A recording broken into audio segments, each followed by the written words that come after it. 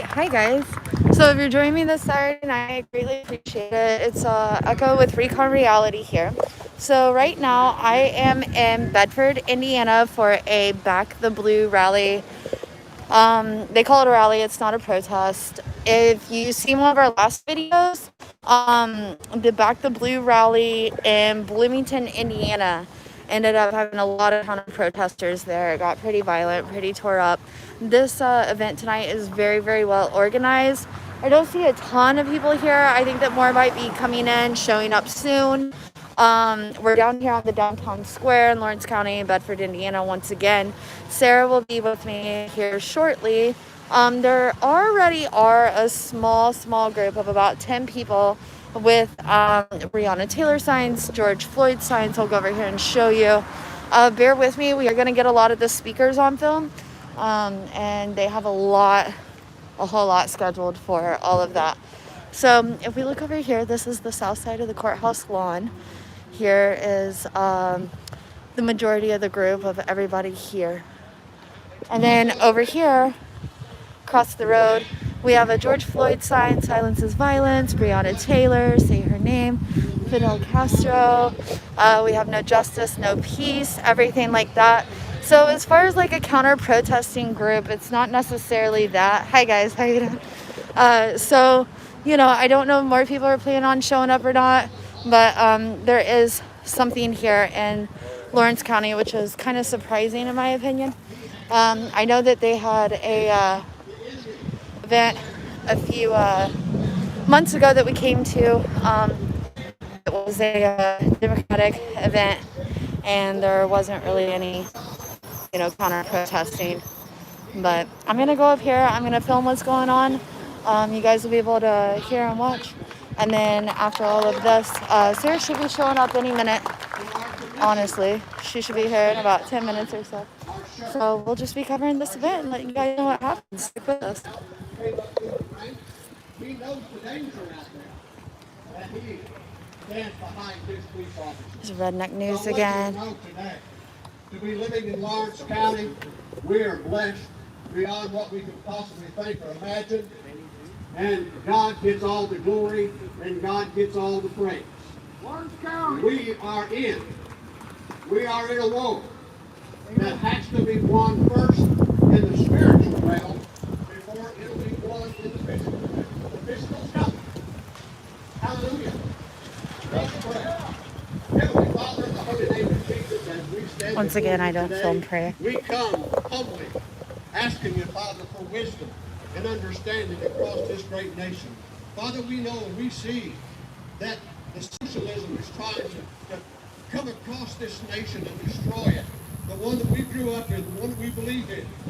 A nation that would give us whatever we want to work for. And Lord, I thank you right now. But I know that the devil, through socialism, is coming against all the churches. They want to shut the churches down across this great nation. Come in and say, cease and desist. You're not going to have a sermon. You're not going to sing praises to God. Well, I'm telling you here today, we're going to sing praises to God. We're going to lift up the wonderful name of Jesus and give him all glory and give him all praise.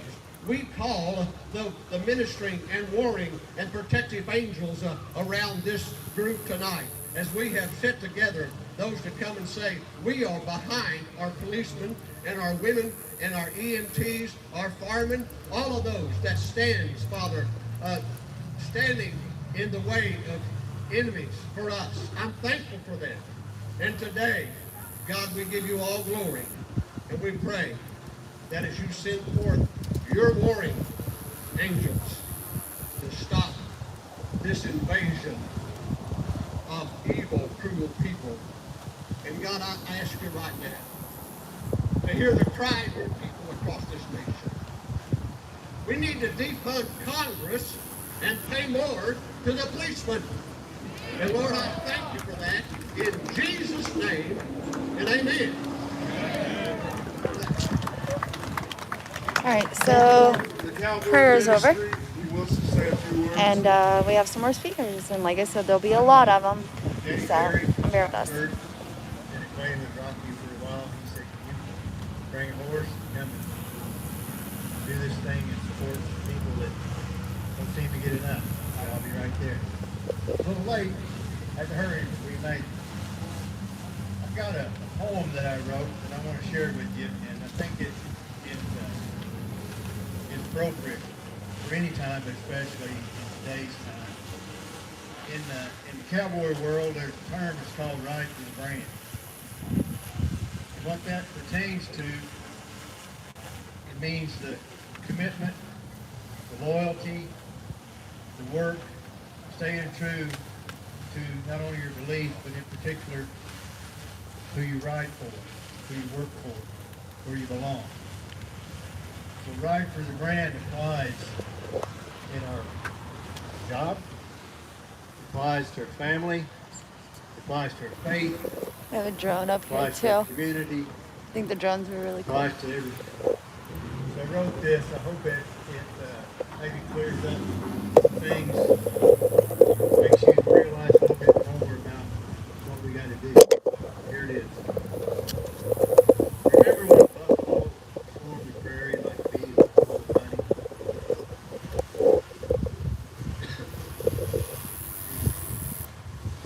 One good horse is worth so much more than all the full of money. When a handshake was all it took for two men to agree, people lived at a slower pace with more regard for another's needs. Remember when the state of your soul was considered a part of your health? Family and friends meant so much more, and the Bible didn't stay on the shelf. For satisfaction came to a man while watching the setting sun. There was peace in his heart as darkness fell. An honest day's work was done. But don't despair, for if you care to really watch each day, much of this is still around and not so far away. There are honest hands to shake, good horses to ride, and sunsets we can see.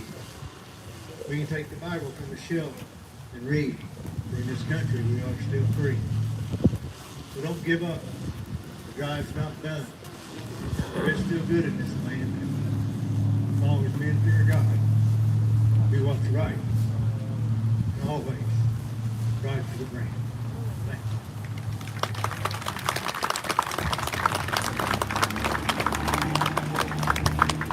Thank you. Thank you very much, brother.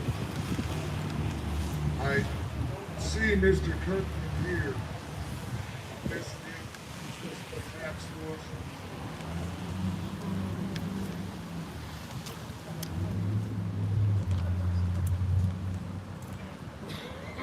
I'd like everybody to give a little respect. We're going to do a wreath placing for the fallen officers in Lawrence County.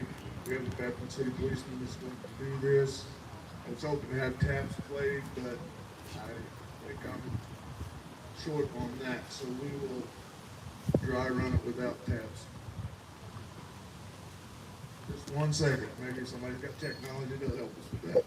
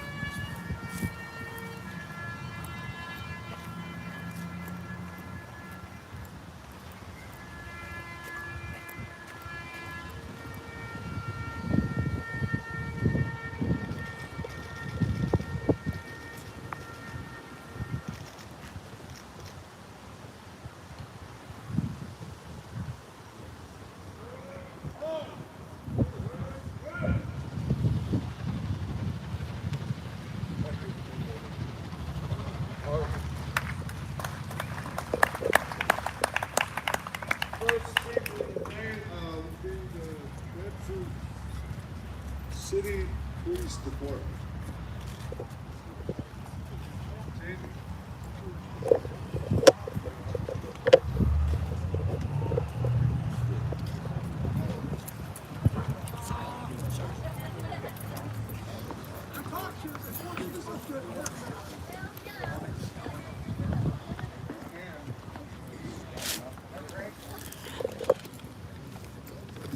Changing on the fly. Mayor Craig is going to speak first.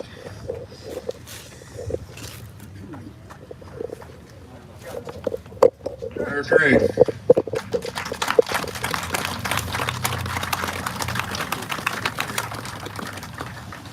I would like to thank everyone for coming out this evening to support our local law enforcement community. I'm very honored to speak to all of you.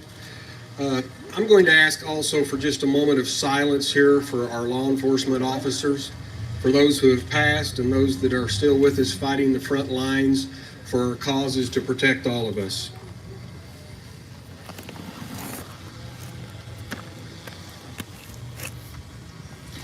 I would ask that everyone to please give our law enforcement personnel a round of applause for what they do for us today.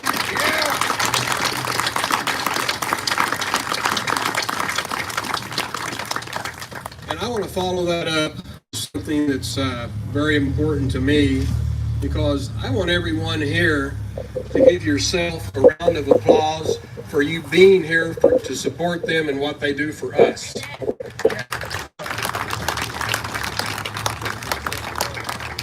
Our law enforcement officers, they seldom hear the words thank you. That's something that's very, very seldom that's ever heard. We know that law enforcement does their best to protect all of our citizens in whatever city they live in or state, and even across the country. I know that they're facing difficult challenges in their daily duties, and we always expect them to make the right decision in a matter of seconds. And whenever you stop and think about that some of the situations they can be in, and to always be sure that they make that right decision in a matter of seconds, is something that's training, it's difficult to do, and it's a very difficult job that they have to deal with. You know, as Millard said earlier, and I didn't pay him for those kind words either. It was quite amazing. Thank you, Millard. You know, I worked in law enforcement for over 30 years, and I wish that the citizens today that are having a negative feeling towards our law enforcement officers would have the ability to walk in their shoes for just one day to see what they deal with and what they see and the job that they have to do, so that maybe they wouldn't be so fast to criticize the law enforcement for the job that they do. They would realize how difficult that job is. We're in very difficult times right now with what's taking place in our communities, our states, and across the country. You know, and I know our local law enforcement, I know the city, the county, a lot of our state troopers. And you know, we hear a lot about what lives matter and what goes on, but I can honestly say that I believe that our law enforcement officers, without a doubt, they believe that all lives matter. And that's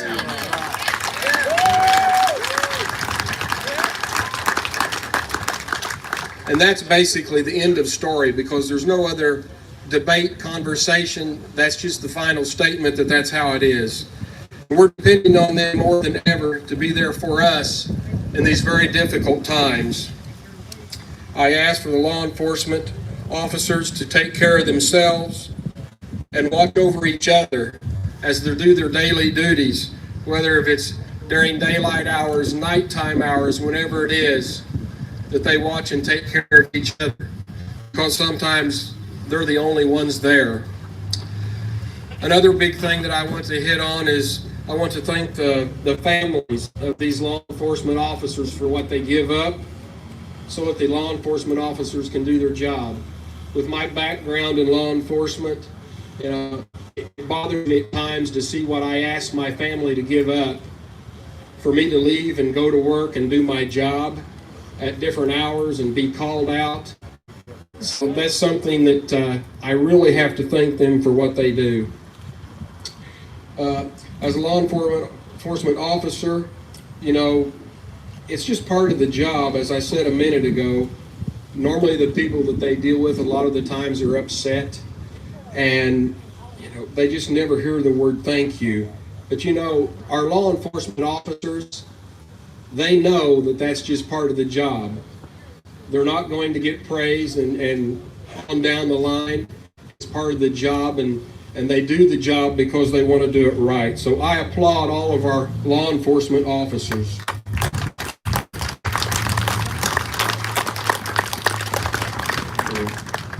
I'm here to tell you that I support this community and I support our law enforcement officers. God bless all of our law enforcement officers and their families, and please keep them safe. Thank you.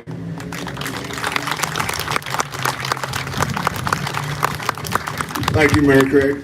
I should have done this at the start, but if you don't know, we have a full port and some other things that Golden Corral graciously donated. It's free. You know, go get it. We have donation for the FOP here under the canopy, and we're taking up collection for the men's warming shelter. Please donate. Helpfully, it's a good cause. Our next speaker is Mr. Robert Hall.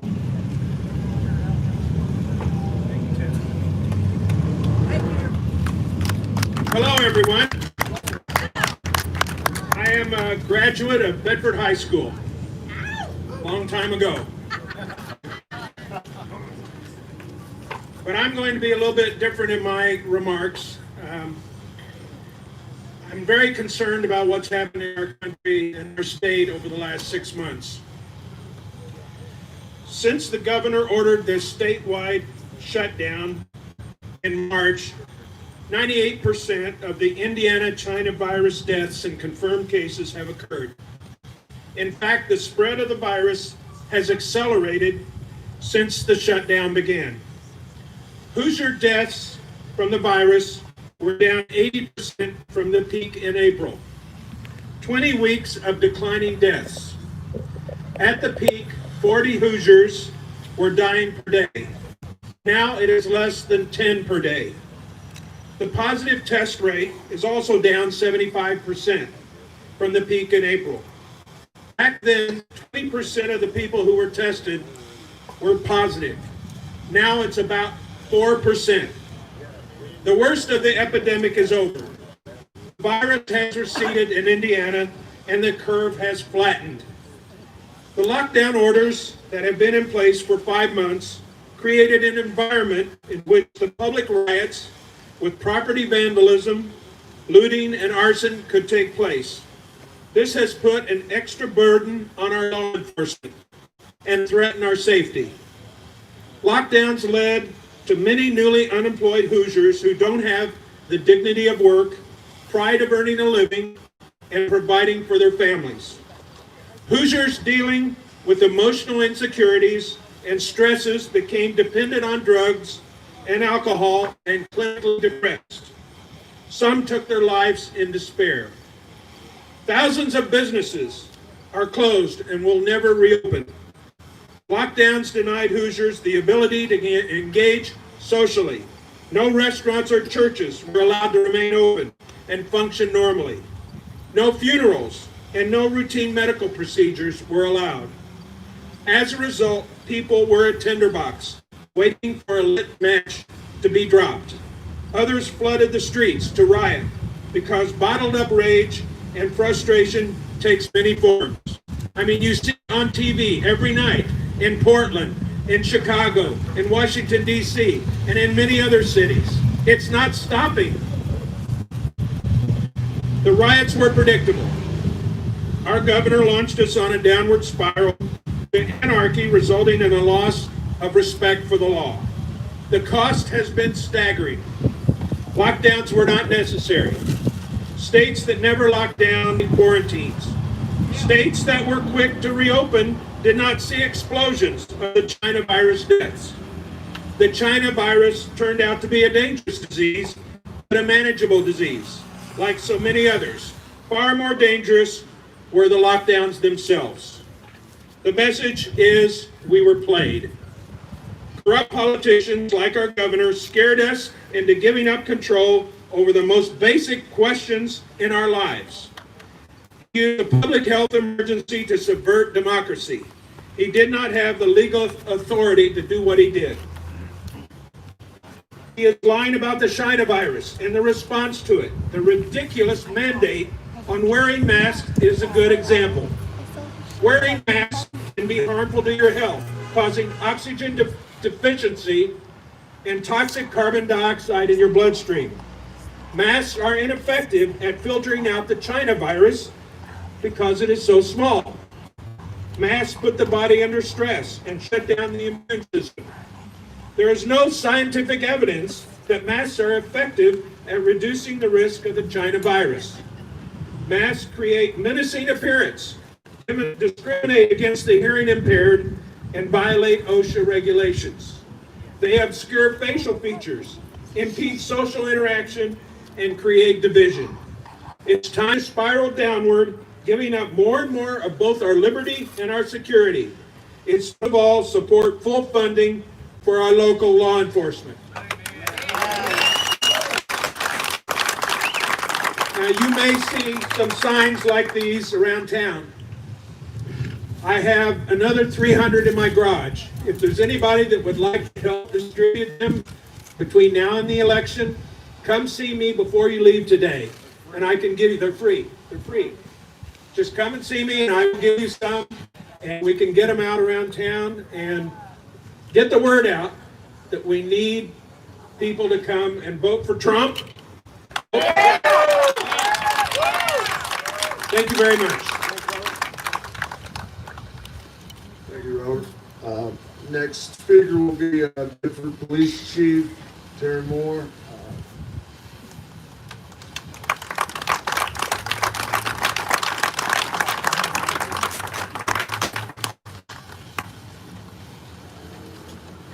Thank you. It's a privilege to be here tonight to represent the city of Bedford Police Department. This is the third event I've been involved with in the last month that's shown support for law enforcement. And I think that's important for our officers, Bedford, Lawrence County, all the officers in Lawrence County, to see a turnout like tonight so that they realize that we do have support from our community. I also want to thank several of our city administration that's standing over here. Mayor Craig, City Council, Board of Works. Their support for law enforcement allows us to do our job, which we can provide a safe place to live, a place we want to raise our family. We can't do this job ourselves. You can see we've got a fire truck sitting over here. Fire Chief John Hughes will be speaking here shortly. EMTs, paramedics, 2 hospitals. We all need each other to make this happen. So it's an honor to live in Lawrence County, and it's great to see such a good turnout to support law enforcement and all first responders. So again, thank you for being here tonight and continue to support law enforcement. Thank you. Thank you, Chief. The next speaker will be a close friend of mine, Brad Bowie. He's a veteran service officer here in Lawrence County. If you have a veterans issue, this is the man you need to see. Thank you, Tim. A lot of you have heard me speak before, and when I speak in public, I talk about the fact that ingratitude is a cardinal sin. If we are not grateful for what we have in this country, we are committing a cardinal sin. And I want to thank the folks that sponsored this evening. And what an honor it is to follow Chief Moore. If you don't think the Bedford Police Department's doing a fantastic job, you're not reading the local paper or the WBIW website, because they're doing a fantastic job. I want to give a round of applause to the Bedford Police Department. Thank you for what you're doing, Chief. We appreciate it. We didn't recognize our county commissioners. I would be grateful as well, because those three gentlemen are the ones that allow us to meet here on the courthouse grounds. Rodney Fitz, I see you're here today. Thank you, Rodney. Regine McCracken here, or Dustin, either one of those here. Thank you very much for allowing us to meet here. We do appreciate it. Keeping on with being grateful, I want to recognize my fellow veterans. Please stand up and be recognized. All the veterans in the crowd today, please stand up and be recognized. Thank you for your service. And if you served here in Bedford, raise your hand if you served here in Bedford while you were in the military. That's right, we didn't serve here in Bedford. We were all someplace else. Well, while we were overseas, who was back here protecting our families? That's right, the police department, the fire department, and the ambulance services, whether it be an EMT or a paramedic. We want to thank those folks for their service as well. How many police officers or retired police officers do we have in the crowd this evening? Raise your hand. I see a lot of policemen over here. Hey, thank you very much for your service to the community. How about the firefighters? We got a lot of fire trucks around here. How many firefighters, retired firefighters we got? Stand up, be recognized. Thank you very much for your service to our community. I laughed around the paramedics. How many of those folks do we have here, retired or active? Thank you very much. We appreciate it. Again, thank you for being here to protect our families while we, the veterans, were overseas protecting this nation. May God bless us all, and may God finally bring peace to this nation. Thank you again.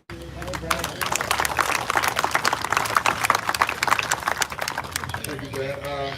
The next speaker we're going to have is Bedford City Fire Chief John Hughes.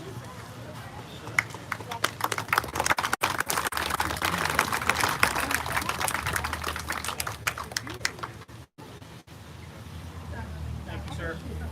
Ladies, gentlemen, and your family, your friends, good afternoon. I'm John Hughes, and it's my honor to be the Bedford City Fire Chief. It's a pleasure for me to be here. Thank you for offering me the opportunity to speak and show my respect to this event, Back to Blue. I've been with the Bedford Fire Department for 29 years. I've worked alongside all the community law enforcement agencies that's in our county. We have the Bedford Police Department, Lawrence County Sheriff, Mitchell Police Department, Indiana State Police, and the Old Living Town Marshals. As a firefighter and a citizen of Lawrence County, it's reassuring to know that we have well-trained law enforcement officers ready to help, willing to help, and in our time of trouble, protect and comfort us in the time of fear, and stand beside us when the times are pleasant. You are the best in our community that makes Lawrence County as fortunate that you have chosen to serve. On behalf of the City of Bedford firefighters, thank you, and thank you to your families for all that you do and your sacrifice. The shoulders that you have for your job is often a thankfulness. Friends of Blue, please stand with me and offer a round of applause and let them hear us.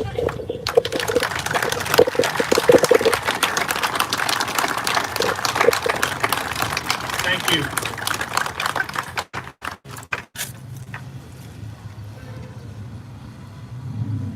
Okay, this next speaker, I think you got a camera. You would step up, please. She is a retired ISP and a firearms instructor. There she is. Stuck up on. Now, how often do I get introduced as I think you're going to get a kick out of? I'm not sure why that is. I know, right? So I am extremely honored to be here tonight, and there was a couple things I really wanted to bring up. First of all, I'm not from your community. I live in Columbus, Indiana. I was invited to come here to speak on behalf of law enforcement. We look around here, we see a lot of veterans, we see police officers, we see firemen, we see EMT, we see community members willing to step up and help our law enforcement make safer communities. What do we not see a lot of here in Bedford today? What do we not see? That I was so concerned was going to be here? That's exactly right. Why? Look around. They don't stand a chance here in Bedford. Don't put up with that kind of stuff. Law enforcement or not. And I'll tell you what, there is very few communities willing to stand up and have this kind of rally. So when Val called me and asked me to speak, I said, well, hell yes, I'm going to speak. Why? Because my community hasn't done this. Guys, I'm telling you, give yourself a round of applause because you are what makes your law enforcement successful. Yes, give yourself a round of applause. Yes. Your police officers are successful because you back them. I know this because for 17 and a half years, I drove one of those cars. I left my family. I worked holidays. I worked every shift there was. I worked weekends. I worked several weeks in a row without a day off. I worked undercover. I worked the wiretap team. I was the lobbyist, the Indiana State Police. I worked at the State House. Without the citizens, law enforcement is nothing. Without you, our police officers are not successful. Why? Because there's only so many of them. When I was a trooper, I worked out of the Seymour Post. I was there forever. They closed it. They consolidated posts, and guess what? My post ended up in Versailles, counties away. My post ended up to be a 10-county post. I went from 3 counties per post to 10. There were mornings I clocked on, and this isn't so long ago. Fans of you guys? Yeah. There were mornings I would clock on, and I was the only state trooper on duty in 10 counties at 6 a.m. I kid you not. There are 1,200 troopers across the state of Indiana. There are over 1,200 Indianapolis Metropolitan Police Departments in Marion County. Officers. Yes, so if that's a little bit of an eye-opener, our police officers can't do it all. It's oftentimes they are a long way away from you. So I'm a firearms instructor. I teach ladies only safety and firearms classes. I teach self-defense classes. I tell a story in my class, and I pick a person in the class. And let's pick this lady right here. Ma'am, what's your name? Brianna. Brianna gets a new shotgun for Christmas. She's excited. She's sitting on her couch. She's watching CSI. The lights are out. Her hubby's gone. She's so excited to get her new gun. She's putting a couple slugs in there, and some thug kicks her front door open. Well, Brianna gets up, points the gun at her, and said, brother, you got 2 options. You can get on the ground or I'm going to shoot you. Well, this young man, seeing a crazy lady with a gun, he gets on the ground. Brianna gets off the couch thinking, well, I've got a problem right here. Who's not on their way right now? Nobody. Nobody knows about Brianna's problem. Why? Because this all of a sudden happened. Brianna's got a shotgun. She's got 2 hands. Where's her cell phone? I don't know. Has she thought about that? No, she's a little worried that this thug just broke her front door down. All of a sudden, this guy starts to get up. He's got his hands in the air. What's that tell us? What's that supposed to tell us? Hands up, don't shoot. Brianna gave him 2 choices. Get on the ground or I'm going to shoot. He gets up, starts walking towards her. Listen, lady, I'm sorry, wrong house. I was just playing a joke on some... If that was really the wrong house, do you think he'd be sticking around? Now he's stood back up. He's approaching Brianna. Who is still not on their way? The police. We always say, well, the police are going to come help us. Guys, officers are reactive. They call us after we call them, and usually we call them after the bad thing has happened. I was a dispatcher when 911 first went live for the first night in Bartholomew County. Now that's been a minute, okay? Because I turned 50 tomorrow. Tomorrow's my birthday. Yeah, I know, right? 50. So that's been a minute. I was 19 years old. 911 used to not exist. We rely on it. But we rely on it after whatever bad has happened. And then the police come, and they may be in the middle of it. They may not. They try to help us out. The guys, we're usually the first on the scene of our own situations. So what I'm trying to say is you people are the real arm of your safer communities. If you want a safer community, it starts with us. And I want to tell you, your law enforcement appreciate that. One more story. I was headed to get a birthday cake for my son. I was off duty, but I was in my Indiana State Trooper car, headed to Walmart in Seymour. I get the cake. It's cold because his birthday is March 9th. It was chilly that day. And I hear that there's a police chase coming up I-65. Now, I'm not going to lie, my heart warmed a little bit. I was excited about that. But I was off duty. I'm going to let these boys handle it. It came farther and farther north. The guy bails out of his car. I am literally a mile from this situation. So I respond. I'm in plain clothes. You see me, I'm 5'3", about 130. Okay, we're not going to argue the weight or anything, but that's about where we're at. I get out of my car. I have my gun, and I have a walkie-talkie, and I have a pair of handcuffs. That's it. And I see the guy running across the field. I don't know where the other guys were. I didn't see him. But I parked my car in the median, and I took off after this guy. The guy challenges me. I said, buddy, you're going to be under arrest. I'm running across the field. He's much bigger than I am, okay? Out of nowhere from behind me comes what I think is Superman, tackles the dude. We all go down. I jump in at that point. I didn't even see this guy coming. He was headed south on I-65, spring break, taking his family to spring break. He sees me, sees my car, puts two and two together, bails, and comes out and helps me. Guys, I don't know where I would have been that day if he hadn't come out to help me. Nobody else came out to help me. Everybody's running up and down the interstate. Nobody jumps out. Guys, last weekend, 2 Louisville police officers were shot. Why is it that every week we hear that more police officers are shot, hurt, killed, ambushed, beaten to death? And how in the hell do we have video of that? How is someone videotaping that and not jumping in to help? Cowards! Cowards, that's exactly right. They are not patriots. They don't stand up for justice, because justice means when the police tell you to stop, it's not an option. So I want to give you guys a hats off to yourself, because you support your local law enforcement. Your guys appreciate it. Sometimes their life might depend on it. Your life might depend on it. When we call 911, we are hoping and praying that within a short amount of time, the cavalry's going to get there. And guys, in a community like yours, it will. These guys support you, these men and women, your firemen, your EMT, and guys, it's a team. I was not an EMT. I don't like needles. I have no tattoos. Why? I cannot stand needles, okay?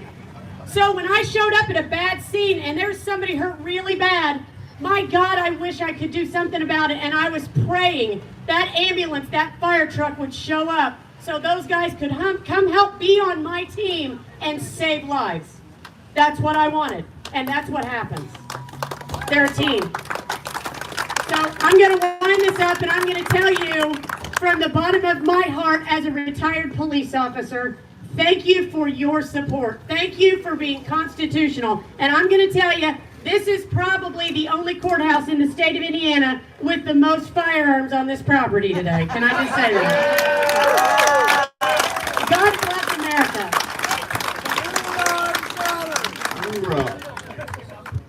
Our next speaker, he is a Green Beret, retired, Purple Heart recipient, personal friend of mine, Mr. Greg Stubbe.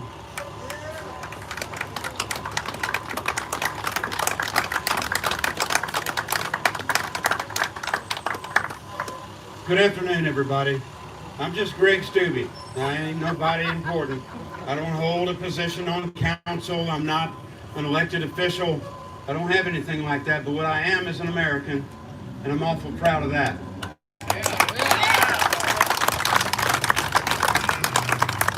The challenge today is that anything I say, I know that I'm preaching to the choir. And so I wonder how effective I can be but there's some things that I feel and some things that I know. I spent 23 years in the Army, 19 of those as a Green Beret on A teams.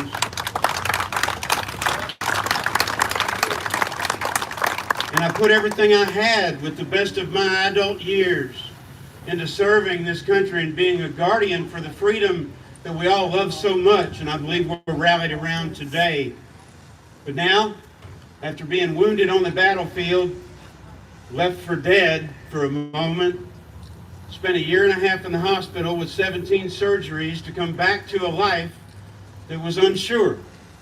I didn't know what it would be. But what I knew was that it was worth it. I knew that people had been wounded and killed before me for a couple 100 years. And the value in that sacrifice and that service couldn't go away just because of my bad attitude. It is worth the fight. But today, I'm here as a citizen. I'm still a guardian of freedom, and that's why I'm here to back the blue. But our human nature gets in the way of that. And I want to talk about law and order. I want to talk about a system of justice that works for us, for all people under God. And I'm glad this started off with an element of faith, because I've never met an atheist in a foxhole.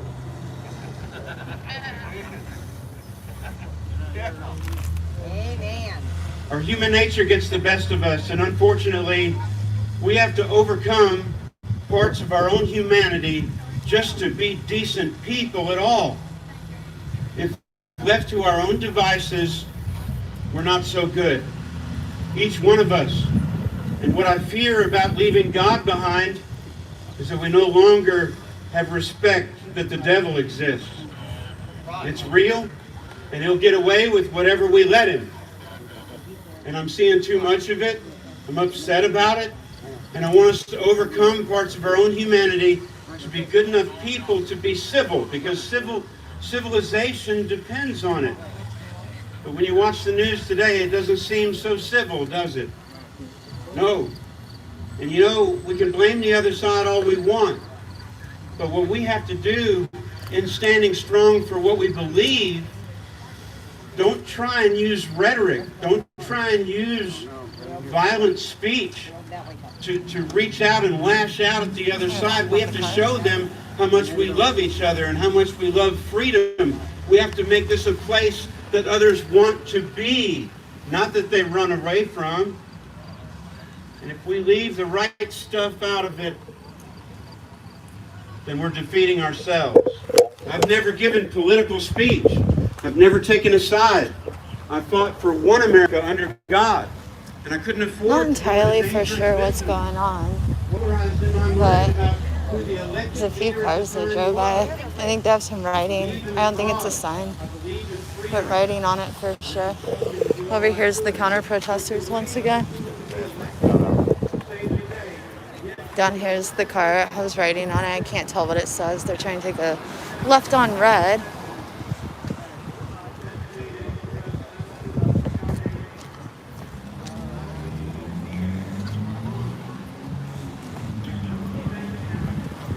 So I wasn't able to quite get it, but basically while the speech was going on or whatever, a lot of the people of the Scallywags group jumped up, rolled over to it.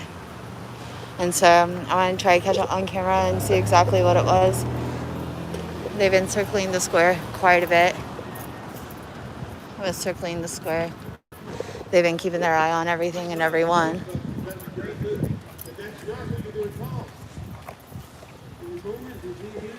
So far during all the speeches and the talking. Did you get my bag? There's Sarah, by the way. She made it. Did you get my bag? Okay. Yeah, so there was just a car up there, and it had a bunch of writing on it and whatever, rolled through, and then a whole bunch of people just ran that way to check it out. Oh, okay. Yeah, so the end. They kept going. They're not on the corner anymore. Yeah, they're all going that way. Okay. Yeah, all the Scallywag members are just going that way to try and see what the car was about. Gotcha. Yeah, so... Well, no, there were some protesters. Sorry? Hey. Hi, guys. Yeah, here, let's go this way, because the stupid sun. We can't see ourselves. You guys can't see us. Anyway. Yeah, there were, when I first got here, I was running a little bit late, but there were some BLM protesters that looked like over on that corner over there, but I'm not seeing them anymore, and it was just a group of like maybe 7 or 8 people. Yeah, and then over across the road, like I've showed you several times, there's only like 10 people. Yeah. During the speeches and stuff, there's literally been like one person scream out Black Lives Matters. So yeah, we're just here and we're gonna keep filming the situation. I am curious what the car said though. Yeah, I mean, it had writing all over it. I just couldn't tell. Do a loop. Yeah, And so maybe coming back I think that up there, like I said, the scallywags have just been like going around the square, going around. They all have earpieces in. They're all talking to each other. Like, yeah. So with all of them up there, who knows? But if the car goes back around, a whole bunch of people are going to jump up again for sure, like they did. And then we'll jump up too. Yeah. And we'll see what it says and let you know from there. So we'll get back to the speeches. He has a Green Beret. Support veterans. Hate that I jumped up in the middle of that. But yeah, we'll continue back over to there. So stay tuned. Thanks for everybody who's watching right now.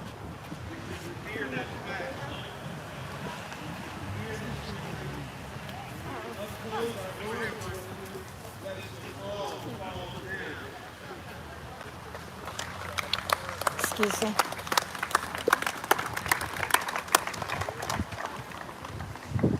I spent about 7 years in Bosnia and Kosovo. I've witnessed real riots. Thanks. I've witnessed civil war and the effects of it. This is not it. We are not there. Let's not act like it. Let's love our neighbors and show them there is only one right side, and it's God, family, country. God bless you all. Thank you.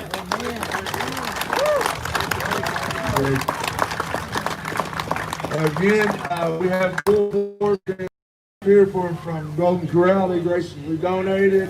The donation buckets are there for the FOP and the Men's Warming Center. Appreciate it. All donations will be very well received. Our next speaker is Mr. Trent Jones.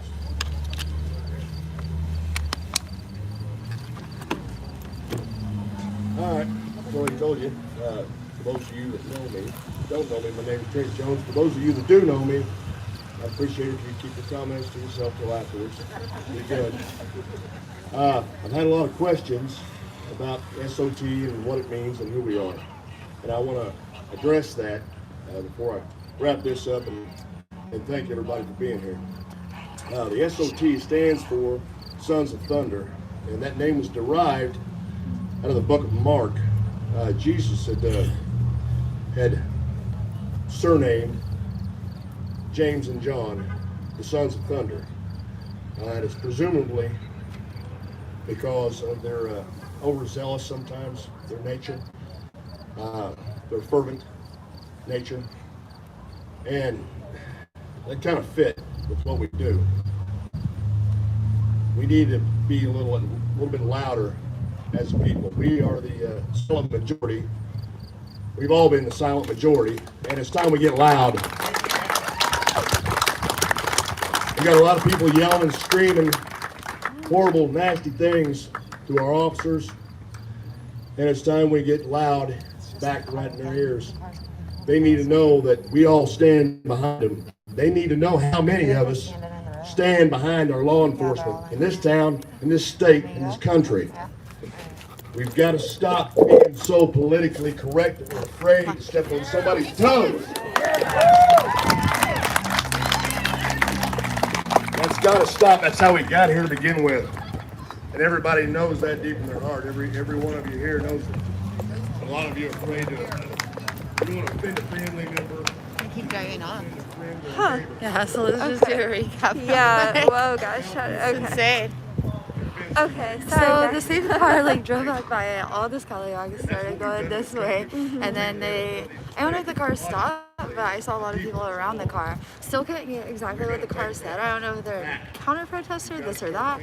They have some barricades over here. Yeah, they're setting up a blockade on the road so nobody can drive up behind the event. Yeah. And we got scallywags on patrol all around the courthouse. Yeah, so Yeah. they just keep circling and circling around. And then whenever like that car comes by, they all like swarm over at it. Once again, I have no freaking idea. what the car says. Yeah, I know. I don't know what they're for. And I mean, I don't know I what the car assume is it's doing or what some it's kind for. of like anti-police protest BLM thing since the There's scallywags. one person that drove by that just Black Lives Matter. That's what this means. So, yeah. I mean, I want to hear the speaker, just because I was interested about SOT. Yeah, just because so many people do have questions about these organizations and getting that information out and that information out from those organizations, you know.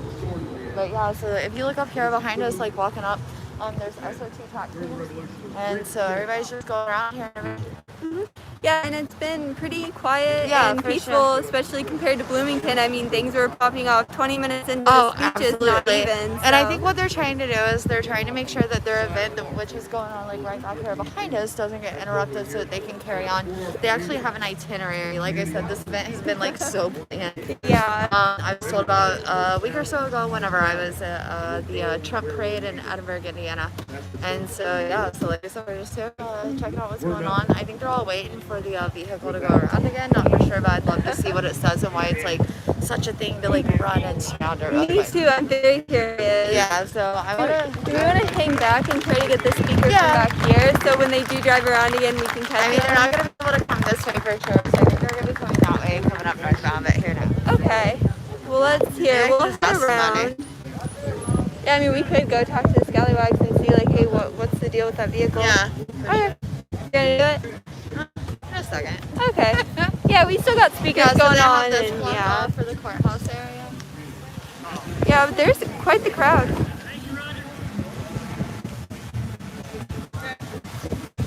Hey, Doc. So, here. With this courthouse, there's two lanes. So there's a square that are the actual driving streets that go all around it, and then there's an inner square that's a lot of the parking. So, like behind me, this is on the street. But then whenever you flip it around here, this is inside the courthouse square, where there's just parking all up on each side. And obviously, we don't want to get a lot of people or vehicles or something in there. There's kids here. There's, you know, men, elderly, things like that, a bunch of people, and so it would be a danger to have a vehicle storming through here or anything like that. Right. So yeah, they blocked it off for all the parking, but yeah. And now they're opening it back up, and there's a backup police officer there. Okay. Yeah, so I know. yeah, so he's having a blockade moved back, and I think they're just gonna keep moving it around. So I guess back to the speaker. Yeah, let's get back to see what they're talking about. Yeah. All right.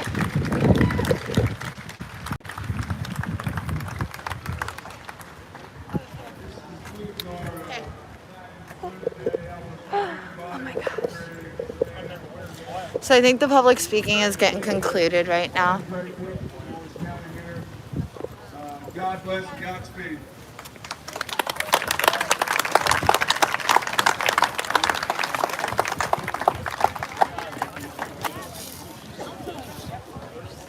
I think this one goes to my dad.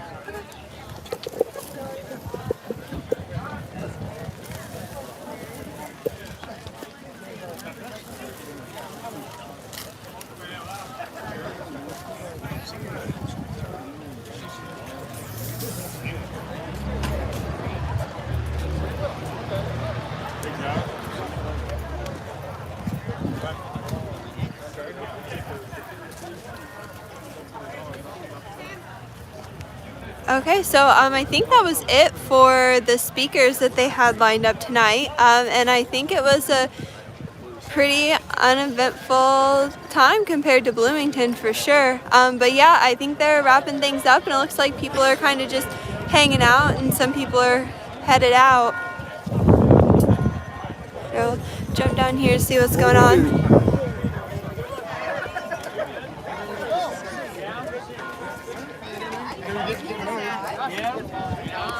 But yeah, I mean, there really haven't been any protesters coming up. Nothing was interrupted, and yeah. Okay. Just don't step in the mass pile of Yup. shit, like I said. I don't think so. Okay. It's a cute gun. What? His gun? Oh. Can you get you? We'll see.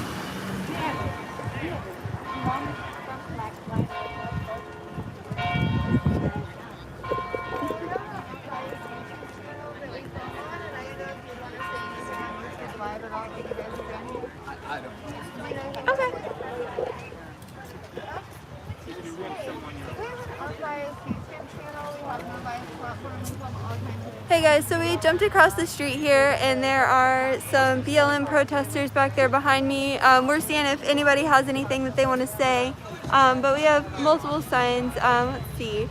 But again, you know, as opposed to in Bloomington, everything was pretty quiet. They stayed across the street. Yes, we have some ready? people. So, All right. as I stated earlier, I saw some people over here with the George Floyd signs and Breonna Taylor signs, everything like that. So I asked them if they'd be interested in talking to us about what they're doing here, how they feel about the situation, what their motive is here for tonight. And what's your name? My name's Beth. Beth? Alright, great. So Beth, if you want to say just like, you know, what you guys are doing out here. So the people that if you want to get a little closer, it's going to be hard to hear. The people that organize this rally are 3 percenters, which we all have said they have the right to organize and have whatever rally they want. But the police and other officials that are paid with our tax dollars do not have the right to speak at this, have support from this type of thing, and we are not happy about that. They should disavow themselves from rallies like this. That's what our stance is. So have you seen any like public officials? Because we came down here for a Black Lives Matter protest a few months ago. They don't call it Black Lives Matter. Well, not a protest. It wasn't a protest. No, it was we were there. We were there. Do you not find it odd that you can't even use that term with government officials? They say as soon as you call it that, they say it does not Black Lives Matter. Protest? Yes. They immediately say. So any of those people, did any of these people that spoke here, were any of them asked about their opinion that you guys know of at all by any chance? I did not organize that rally. Okay, that's fine. There was a woman who runs the mission that spoke at it. Uh-huh. There was someone from Bloomington that spoke at it. Yeah, and I do not remember any government. right, and so that's what I'm saying. I'm curious to know if they were asked and then they like declined, because we don't have that information. Because if so, I think that would be like a much bigger. I am not aware of That's that fine. information. Yeah. Because I was not a part of the No, organizing. Are you locally from this area? I'm actually originally from the suburbs of Chicago. Okay. Okay. And I work in I think it's called, what is it? No, from 1992 till now. I mean, have you seen a drastic change in an area like No, I Bedford? think it's always been like this in the last, since Obama got elected, in the last, 8 years, 12 years, it's been more brazen. Yeah.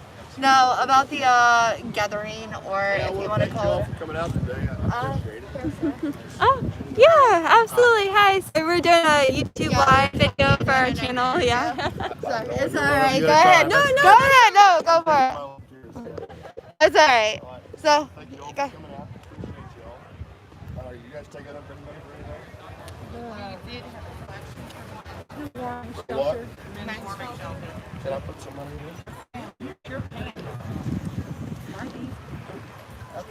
Do you want to be on camera or no? Well, I don't care. Oh, okay. Hi. Sorry. The main beef that I have today is across the street on the square in 8 separate places. I don't know if you saw it, but it's painted with a terrible stenciling, Blue Lives Matter. Okay. I haven't seen this stenciling. Okay, I can show you. Okay. It's painted from each side. 4 weeks ago, it came out in the local news that the courthouse workers were surprised when they found this, and that there was no further information. So I started a little detective work, and a week ago, actually I just started contacting the city hall, a reporter, the sheriff. Got nowhere, but a week ago, a gentleman in this group, I could take his name, him not knowing my intention, and I really had no intention, he unloaded on me about 12 messages about how the cops had agreed to overlook it. They were actually on the scene when the painting was done, and that they were in full support of it, and then nothing was done. They do know. I was told that I got concrete evidence that someone did it, and they could kind of find out who, that I was to give that to the reporter. And I did. I shared it, and he said, I guarantee you 100% nothing will be done. So they're standing right in the spot where my 7-year-old husband and myself knelt for 9 minutes. for George Floyd, and this is all about retaliation. Bedford doesn't do this. They're doing this because BLM is here. You know, Yeah. actually, there's a bunch of locals, a lot of locals. Yeah, there were a ton of local people for sure. People, you know. And I think if the city knew right now, see, I've only Hey, sorry we got interrupted. Thank you. Thank you. I appreciate I it. think if the other Yeah. 2% of the city that I'm listening. wouldn't be in agreement, if they knew where that paint come from, I think they would be here today, but they don't know. See, nobody knows that was approved. And you know, I could show you. I have the proof. I was like, my mouth dropping. I turned white. I was like, "You're telling the wrong person here." But he didn't know he was telling the wrong person. He said, "We have 29 undercover people. We have a whole group of scalawags. You will be safe." He didn't know I'd be over here. Right. But then I said, "Oh, so maybe you know something about the stenciling, the vandalism." And he was like, "LOL. Of course I know. I was in on it. Cops were in on it. The cops are true. This is true. I'd go up there and tell them right now. Every one of them knows that the guy that's running this, Tim Morrow, on Monday morning after that painting was done, it wasn't even in the paper yet, and his background photo was that painting. So he knew it would be Of course there. he knew. Yeah. I said, "Good job. Just drove by. It looks great." And when I told him, I said, "You all 3% come over here and defend us against this illegal," and he was like, laughed, you know. Yeah. But anyway, yeah, that's my beef, is that they're all in it together. But there's a percentage of this town that's dead set against this crap. You know? So anyway, that's all I have to say. Yeah. Look at it. Yeah, no, we definitely we'll get some shots of that and You take know a what look. would have happened that day if we had painted anything except Oh. they did some chalk? Yeah, oh I know, and it's a double standard, and that's in Echo and I, like we've been around. We went to Louisville, we went to Indy, Martinsville, we've been to Bedford, Bloomington several times. And one big thing I've noticed is, like, up in Indy, for example, the Soldiers and Sailors Monument, they were talking about how it was defaced by BLM tags and, you know, slogans. Well, it was chalk. You know, they drew on chalk on Monument Circle, but, you know, again, if somebody had spray painted BLM here, that would have been a huge issue versus... I would go over there right now and change it to blue instead of, or black instead of blue. I could do it right now in front of everybody. I'd go to jail. Yeah. But they know who did it, and they're not arresting anyone because they knew. They were even there. And this person upstanding guy that he's like a cool guy, and he just believes what he believes, you know? Right. And, he wouldn't have lied. Yeah.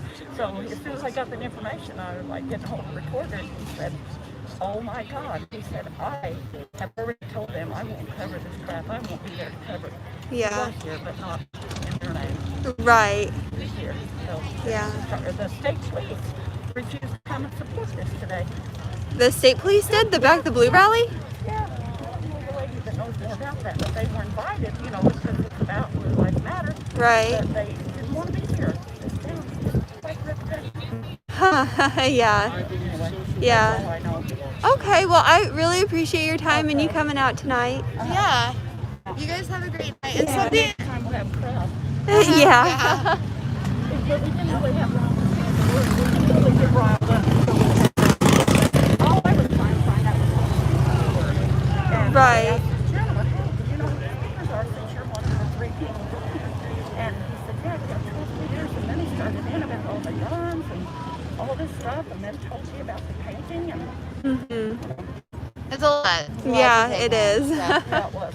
All right. Well, hey, you guys have a great night. Yeah, thank you. Take care. For what you're doing. Thank Yeah, you. thanks. All right. So something that wanted me to throw out was they just weren't. I can't see us at all. The sun. Yeah. There we are. Anyways, so I wanted to put out for Beth. I ran over there. She was walking away. We had a few words for a minute. And they did have a collection box here for the men's shelter. Just collecting cold weather items and monetary donations. As you saw, the Back the Blue rally members, he came over, gave a monetary donation. And so I think we're going to go over here and kind of see what's going on over on this side for a few. And everything went really peacefully, which I'm happy for the public safety. Yeah. All that jazz. So. Nobody got beaten up in the streets. Nobody hit by a car this time around. So, Yeah. all good things. Yeah. So we'll go over here, just kind of get some shots. Think there's anybody you want to talk to, Sarah? We'll just roam around and see. Yeah, let's just kind of do a little loop and see who we've got left. All right. So yeah, I think that any counter protesters, I wouldn't necessarily say the words that they would be scared. I would just say that Bedford's a long haul from a lot of the places that they're typically congregated at, and where they're from and where they are. Well, So I will say, like with the small group of protesters today. oh, I see it now. Was a calmer group. Oh wow. Yeah. Yeah, it's right there. Yeah, so as the previous speaker was saying, what's her name? Sorry. I did not get I couldn't hear it between the bikes and the traffic and everything. But yeah, so apparently there's 4 of these Blue Lives Matters paintings on the square over on each corner. And so with this, basically what her point was like if it had been Black Lives Matters, it would have been an issue, and then like with supposedly county officials being in on it, allowing it to happen and providing protection and support. That's what their issue is. Right. So anyway, I think this is pretty much it. I mean, we'll stick around for a few minutes, maybe grab some food close by, and if anything happens, we'll just go back in with part 2. But hey, this was Blue Lives Matter. It was a Back the Blue. Yes. Black the Blue rally in Bedford, Indiana. To everybody that tuned in and watched, thank you so much. Yeah, thank you guys. And yeah, we'll get back on here if anything else happens. But it looks like just a peaceful afternoon and things are winding down here. Yep. So everybody take care, be safe out there, and we'll see you later. It's Recon Reality and we're out. Bye.